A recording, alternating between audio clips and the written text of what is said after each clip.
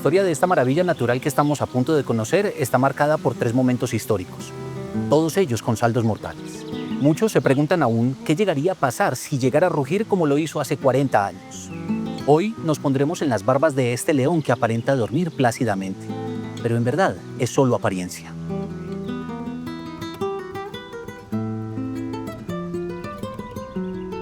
En sus entrañas, dicen, hay una gran cantidad de magma acumulado después de 4 décadas. Aquí descubriremos mucho de lo que no se sabe de él. Minuto 60 los llevará a uno de los parajes más hermosos de Sudamérica. Enclavada en las cumbres del sistema montañoso completo, que es la Cordillera de los Andes, está la Cordillera Central, en Colombia, donde surge el imponente Parque Nacional Natural de los Nevados, compuesto por 5 picos: Santa Isabel, Tolima, Quindío, el Cisne y el Ruiz, nuestro principal destino, en los límites entre Murillo, Tolima y Villa María en Caldas. En la época precolombina era llamado Cumanday, Cerro Blanco o Blanco Hermoso. Incluso hubo comunidades indígenas que lo denominaban Tabuchía, que significa candela o fuego, y también Tama, Padre Mayor o Grande. Otros se refieren a él como el León Dormido.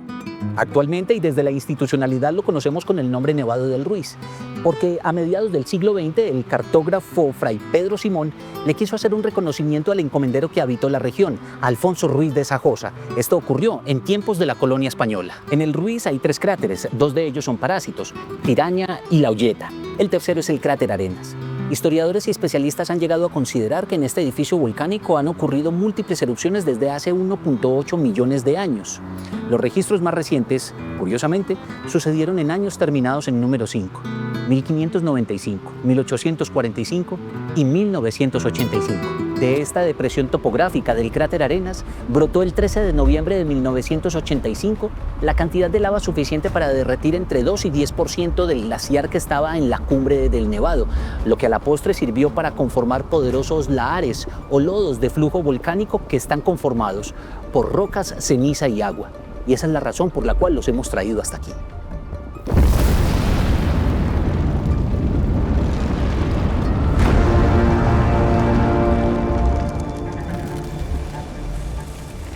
Y todo esto para recordar la impresionante tragedia de Villa María, Chinchiná y Armero, ocurrida hace 4 décadas. La erupción convirtió al Ruiz en el 5º volcán más letal de la historia después del monte Tambora en Indonesia, el Krakatoa, también de Indonesia, el monte Vesubio de Italia y el volcán Pelée en Martinica. La información que conoceremos será mucho más reveladora gracias a la colaboración del Servicio Geológico Colombiano por medio de su director, el geólogo colombiano Julio Fierro Morales. Señor director, bienvenido a Minuto 60. Muchas gracias por la invitación, Andrés, y espero que como representante del Servicio Geológico Colombiano podamos establecer una conversación que sea de mucha utilidad para recuperar memoria. Señor director, ¿a qué altura está el volcán Nevado del Ruiz? Está un poquito más de 5.300 metros sobre el nivel del mar. ¿Esta es la mayor altura de Colombia o hay otros picos más altos? La Sierra Nevada de Santa Marta, que es la montaña litoral más alta del mundo, tiene las mayores alturas en Colombia, y el volcán Nevado del Huila es el volcán que tiene mayor altitud. Caramba, regresemos entonces a lo que es nuestro foco de atención y es el volcán Nevado del Ruiz. Hace 4 décadas, ¿cuáles eran las condiciones de este edificio volcánico?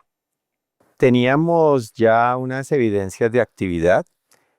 Unos meses antes había emisiones de ceniza que teñían de amarillento la nieve, emisiones de gases de colores azulosos que son típicos de emisiones de dióxido de azufre.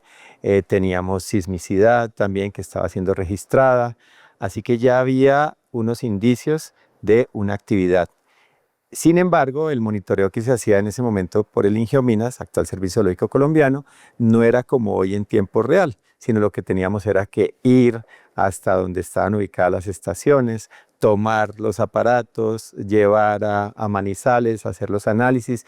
También había una instrumentación de la química de los gases y había cierta instrumentación de la deformación del edificio volcánico. Así que había ya unos indicios, pero teníamos una debilidad institucional porque no es solamente que tengamos aparatos, sino también que haya unas personas formadas en vulcanología.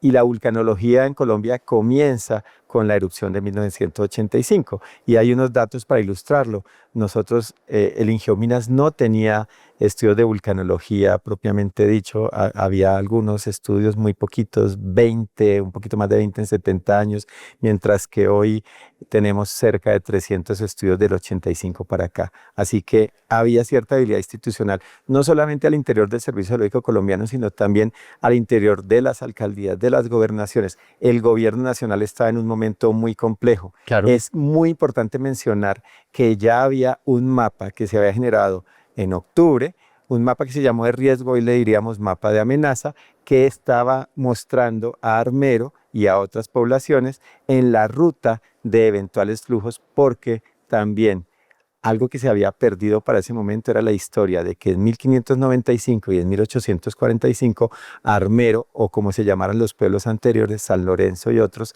habían sido ya arrasados. Entonces, toda esa pérdida de memoria genera también una falta de credibilidad en la población que puede llegar a ser afectada.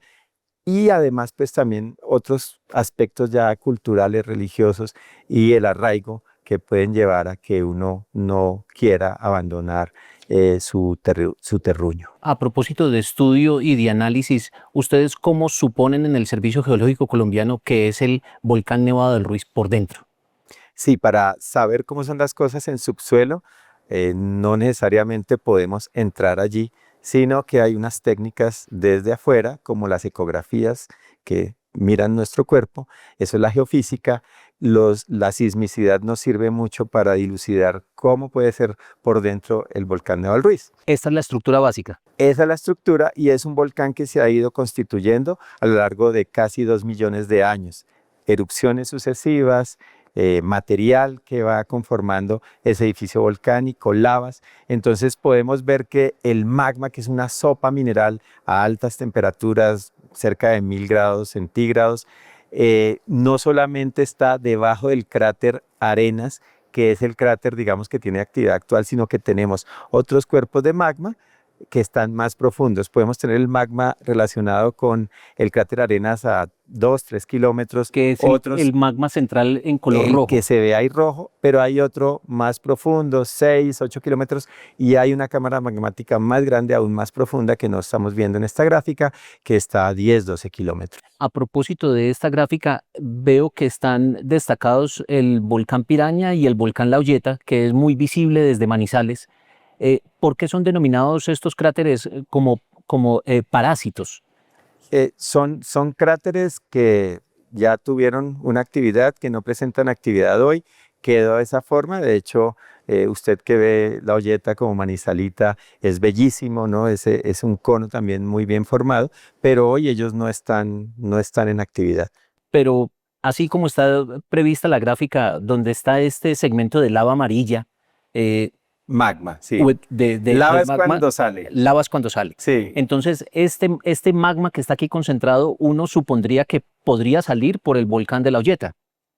Podría salir, pero en este momento no es la situación. Los volcanes además son muy complejos porque casi que todos nuestros volcanes en Colombia están relacionados con fallas geológicas, es decir, grandes fracturas que hay allá en subsuelo que a veces también se reactivan, y las fuerzas de presión del magma también generan además rupturas, así que esto es dinámico. Lo que tenemos hoy está resumido en esta gráfica, pero hay otras consideraciones y otras dinámicas, y hay algo que también se ve aquí que es muy evidente, y es agua.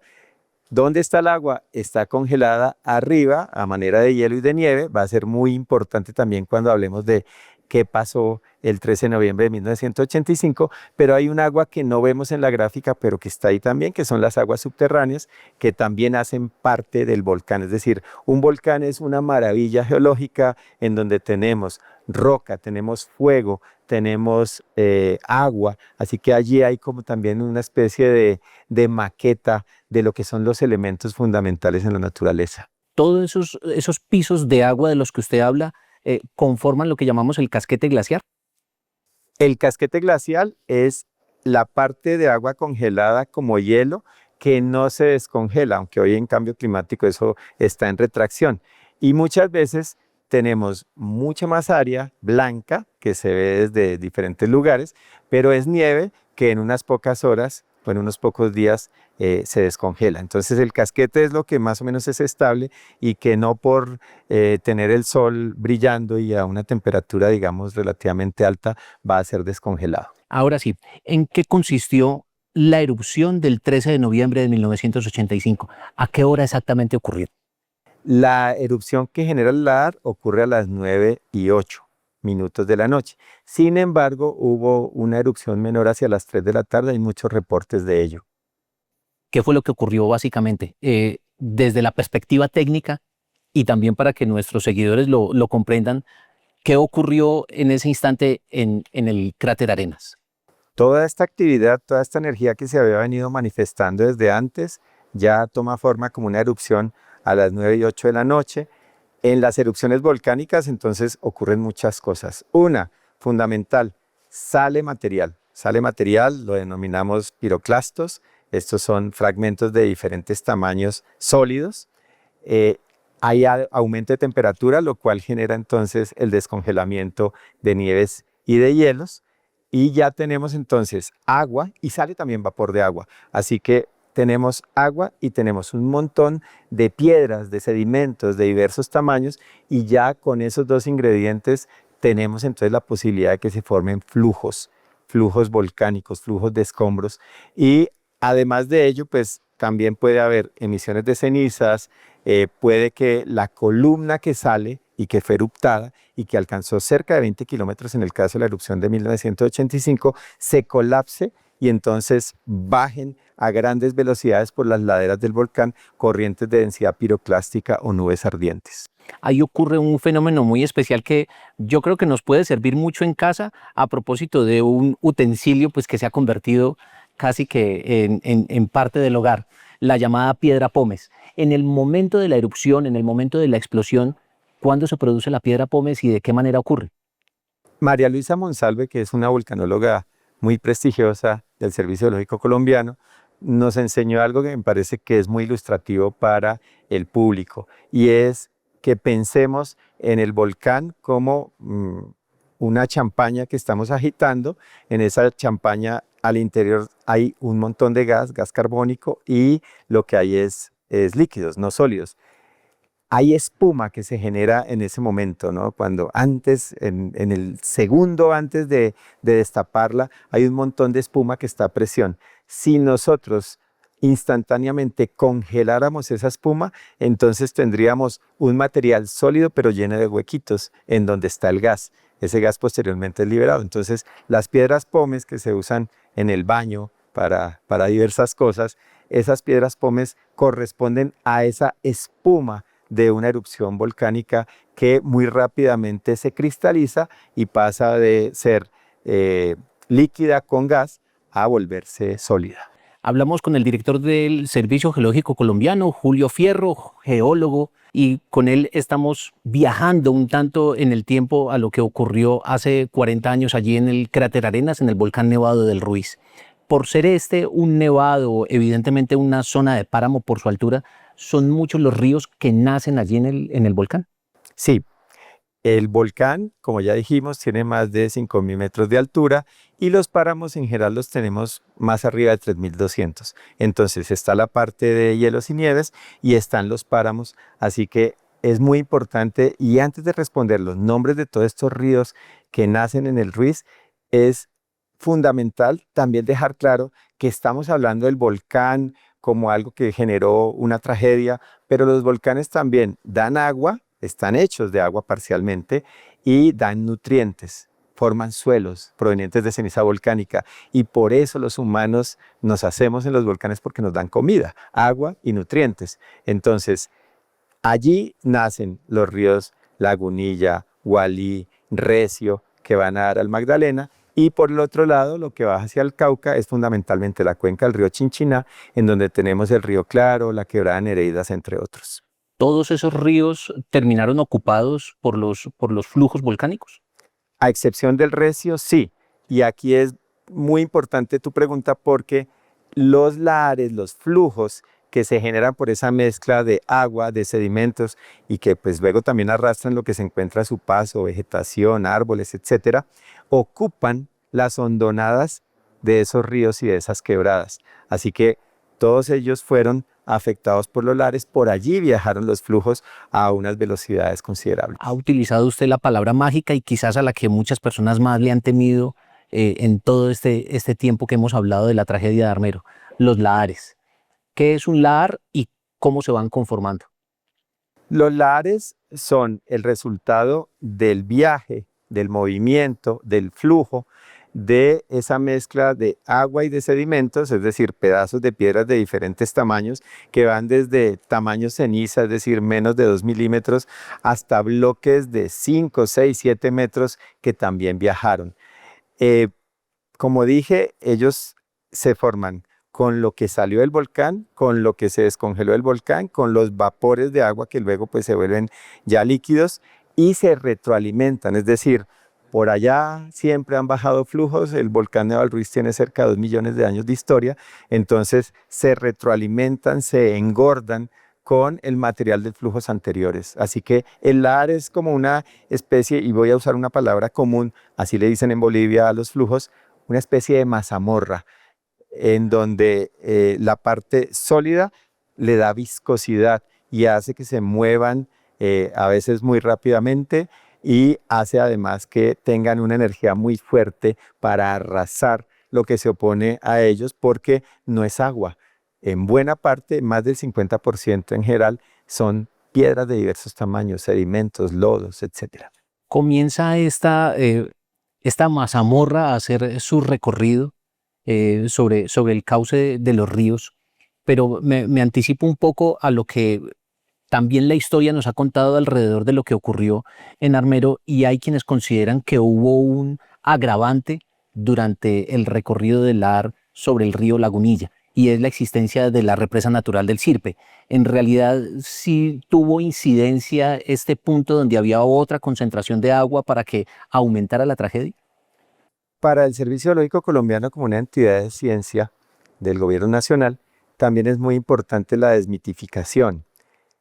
Hay dos aspectos que tienen que ver con geociencias y que surgen cuando se habla de la tragedia de noviembre de 1985. Uno es que bajaron lavas y llegaron hasta Armero.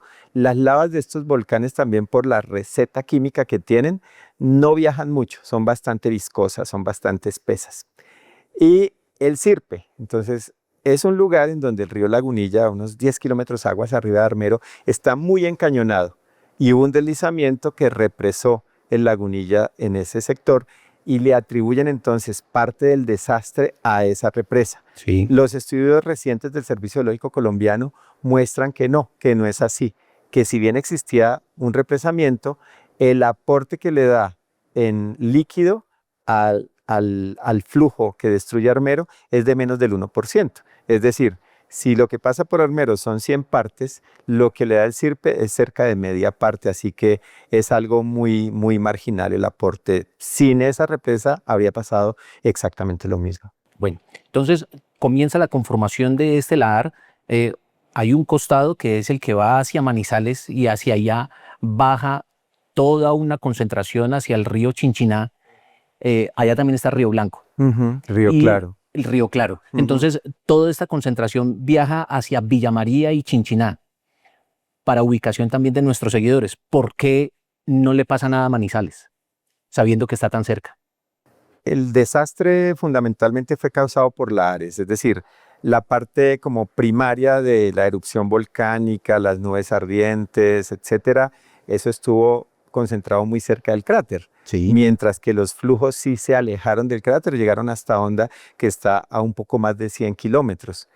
Pero se van siguiendo los cañones, las cañadas. El cauce de los ríos. El cauce de los ríos. Y como Manizales no está ubicada sobre cauce, sino que Manizales es falduda, está sobre la ladera, entonces en Manizales no ocurre afectación por lahares. Pero sí hubo afectación hacia el lado de Caldas, hubo cerca de 3.000 muertos y para nosotros es muy importante tampoco perder de la memoria que Caldas también puso miles de muertos y que si solamente hoy contáramos que fueron 3.000 muertos y no hubiese ocurrido nada hacia el otro lado, ya sería una tragedia nacional y que nosotros reiteramos también en la importancia de recordar lo que sucedió en los municipios de Villa María, en la cuenca del río Chinchiná. Ahora viajemos hacia el otro costado, lo que ocurre en el río Azufrado y su encuentro con el río Lagunilla. ¿Qué fue lo que llegó a Armero después de que hace todo este recorrido y a qué velocidad bajó el Lahar? El Lahar recién inicia muy cerca al cráter, tenía velocidades mayores a 60 kilómetros por hora. Imagínense rocas de tamaños métricos bajando a esa velocidad.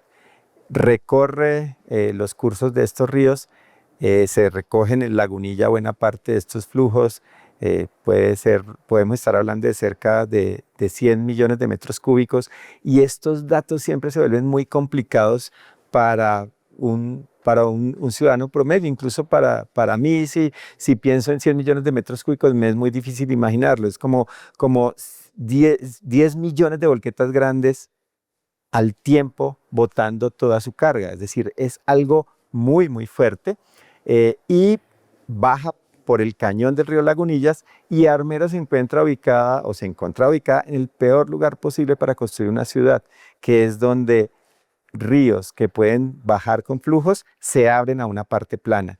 Y digo se abren porque eso es lo que ocurre. A lo largo de la historia, esos ríos van construyendo un abanico, una forma de cono, y en el ápice de ese abanico está ubicada Armero. Y por allí baja entonces a una velocidad 42, 43 kilómetros por hora, con rocas gigantescas, tan grandes como el estudio en el que nosotros nos encontramos en este momento. Así que si uno se imagina una roca de 8 toneladas a 42 kilómetros por hora, también se puede uno imaginar la capacidad de arrasar cualquier construcción humana. Uno es el viaje que nosotros nos imaginamos en línea recta desde el cráter Arenas hasta Armero, pero el recorrido en kilómetros, más o menos ¿de cuánto pudo ser? Cerca de 70 kilómetros. Y eso quizás podría decir uno que los recovecos llevaron a que se redujera un tanto la velocidad. Pero no se redujo mucho porque la pendiente en la zona encañonada es bastante grande y además cuando uno tiene un estrechamiento, entonces la velocidad tiende a aumentar, mientras que cuando la topografía se abre, los cañones se abren, entonces ahí hay una disminución de energía. ¿A qué velocidad pudo haber sido golpeado Armero y las olas de qué altura pudieron llegar a ser? Yo no tengo en mi cabeza la información de cuál era el espesor del flujo, pero estamos hablando de que los espesores de flujo superaron 1 metro en muchos lugares y la velocidad fue de cerca de 42, 43 kilómetros por hora. Ahí, entre los mitos y los comentarios que surgen alrededor de lo que ocurrió en Armero, y es que la gente cree que los lodos llegaron calientes a Armero. ¿Eso es factible, es probable? No mucho, no es muy probable, no parece que haya sido cierto. Lo que pasa es que estos flujos, que son un montón de piedras que van chocando unas contra otras en el momento en que se mueven a esas velocidades, tienen también la capacidad de raspar, de rasgar pieles humanas, cortezas de árboles, etcétera, etcétera. Causan laceraciones como si fueran quemaduras. Sí, exactamente, desuellan. Entonces, eso puede generar también una sensación de calor, pero no parece muy probable que hayan bajado a alta temperatura porque además tenían involucrada agua que estaba recién descongelada. Para las personas que han vivido alrededor del volcán Nevado del Ruiz, es muy común ver la presencia de ceniza en determinados momentos. ¿La ceniza es distinta al llamado lapilla? ¿Cuál es la diferencia? La diferencia es tamaño. Cuando hay una erupción, entonces esa energía del fuego volcánico rompe una gran cantidad de rocas que están allí en el edificio volcánico y como son rotas por el fuego, entonces nosotros las llamamos piroclastos. Y hay diversos tamaños. El tamaño más fino, menos de 2 milímetros, es la ceniza, pero entre 2 milímetros y 2 y 2 centímetros aproximadamente, tenemos otra nomenclatura, les damos nombres diferentes a esas cenizas gruesas y eso lo llamamos la pili. Y si ya son de centímetros hasta 10, 20 centímetros, entonces estamos hablando de bombas volcánicas. ¿Sí? Todas esas cosas son expulsadas desde el cráter y pues van a caer, dependiendo de su tamaño, más o menos cerca. Entonces las cenizas se pueden dispersar.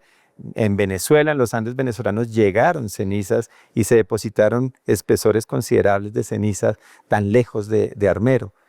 Pero los bloques grandes, pues esos sí van a caer muy cerca del cráter. Yo estaba pasando por alto una velocidad de la que usted me hablaba, extra micrófonos, y una pues es la velocidad que logra el lahar, pero otra es la velocidad también que logran los gases del vapor que sale hacia arriba. ¿A qué velocidad llegan a caer esas gases? ¿O tiene otro nombre? Sí, está la erupción y entonces vemos muchas fotografías de volcanes como el Santa Elena, por ejemplo, que hizo erupción en 1980 y vemos una columna que parece de humo y realmente allí hay sólidos, hay gases a alta temperatura y esas columnas se pueden colapsar y cuando se colapsan entonces bajan por las laderas a velocidades que pueden ser inmensas, 100, 200, 400, 600 kilómetros por hora. Así que esas manifestaciones de energía pues son también las que van construyendo ese edificio volcánico y pues afortunadamente en el caso de 1985 pues no hubo este tipo de eventos, no hubo afectación por este tipo de eventos. Director, para finalizar, entre los múltiples insumos relevantes que ha dejado la tragedia de Armero, de Chinchiná y de Villa María, está el denominado mapa de riesgo.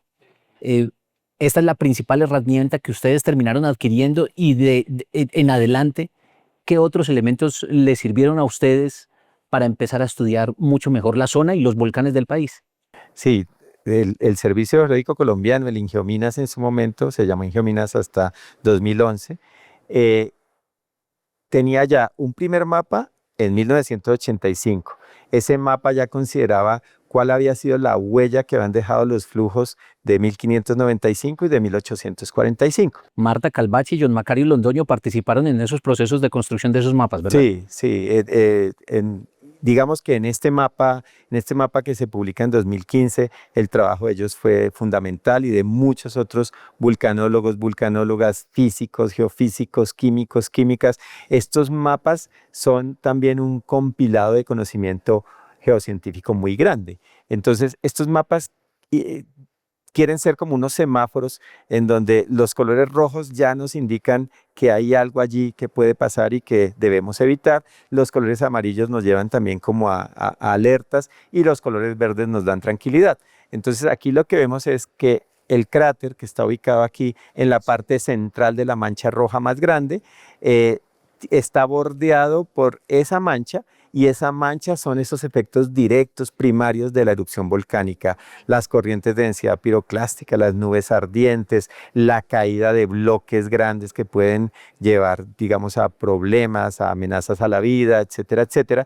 Y luego vemos cómo hay un color rojo que se ve delgadito y esos son los lahares que van siguiendo todos estos ríos de los que ya hemos hablado, van siguiendo los cañones y vemos en la parte central hacia la derecha como uno de estos hilitos rojos de pronto se abre y se vuelve una mancha mucho más extensa.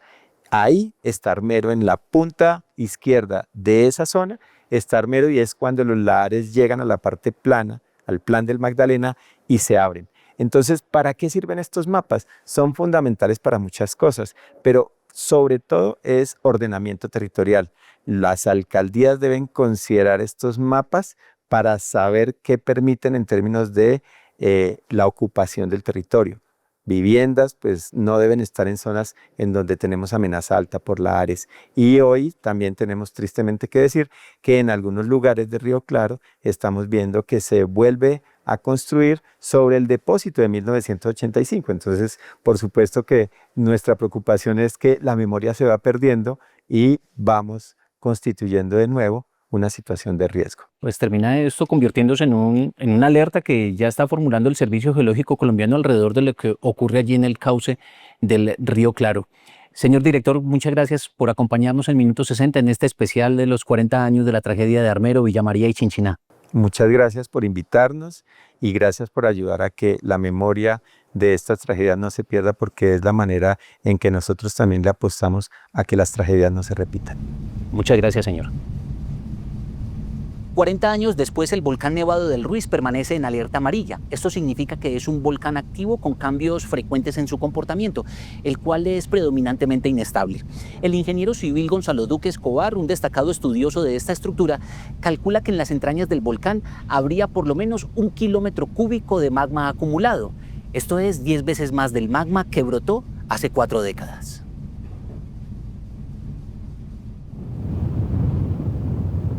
De ocurrir una erupción durante la cual llegara a salir toda esta cantidad de material, alcanzaría a cubrir un área como la que está delimitada por el mapa de amenazas. Todo eso dependerá de que este león vuelva a rugir como lo hizo 8 lustros atrás. Andrés Marín Martínez, Minuto 60, un infinito de información.